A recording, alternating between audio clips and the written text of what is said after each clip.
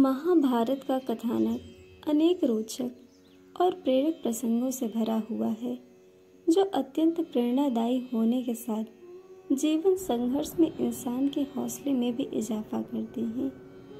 इस कथानक को मानव जीवन में आत्मसात करने से इंसानी जीवन की कई नई कठिनाइयों का स्वतः अंत हो जाता है।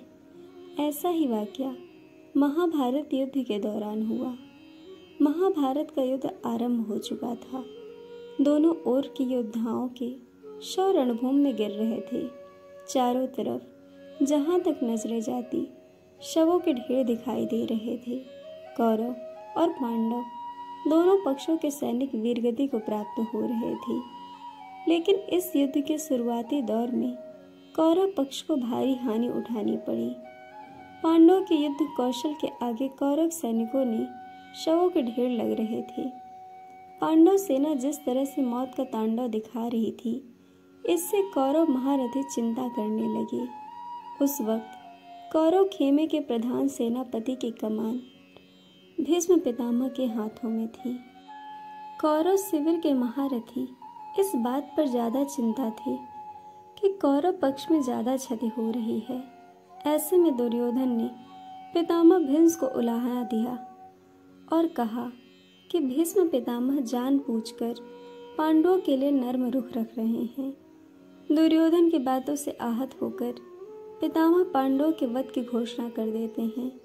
ऐसे में श्री कृष्ण चिंता में डूब जाते हैं और पांडवों की सुरक्षा का उपाय निकालते हैं। श्री कृष्ण पांचाली से कहते हैं कि द्रौपदी अभी मेरे साथ चलो, और उनको लेकर सीधे पितामह भीष्म के शिविर में पहुंचते हैं। श्री कृष्ण ने शिविर के बाहर खड़े होकर पांचाली से कहा कि अंदर जाकर पितामह को प्रणाम करो और उनका आशीर्वाद लो। पांचाली के प्रणाम करते ही पितामह ने उन्हें अखंड सौभाग्यवती होने का आशीर्वाद दिया। आशीर्वाद देने के बाद उन्होंने द्रौपदी से पूछा कि वत्स, इतनी रात को तुम यहाँ कैसे आई? क्या तुमको श्री कृष्ण यहाँ पर लेकर आए हैं? द्रौपदी ने हाँ कहा। तब भीष्म ने कहा कि मेरे एक वचन को दूसरे वचन से काटने का काम श्री कृष्ण ही कर सकते हैं। इतना कहकर वो शिविर के बाहर आए और श्री कृष्ण को गले लगा लिया। इसके बाद श्री कृष्ण ने द्रौपदी से कहा कि एक बार पितामह को प्रणाम करने से तुम्हारे 5 पतियों को जीवन दान मिल गया। इसी तरह यदि तुम रोजाना पितामह भीष्म, गुरु द्रोण, कृपाचार्य, धृतराष्ट्र के साथ दुर्योधन और दुशासन की पत्नियों को भी प्रणाम करती, तो आज यह रणभूमि रक्त से लाल नहीं होती और महाभारत युद्ध की नौबत नहीं आती। इस कहानी का सार यह है कि बड़े बुजुर्गों को सम्मान देने और उनका आशीर्वाद लेने से बड़े से बड़े कष्टों का हरण हो जाता है।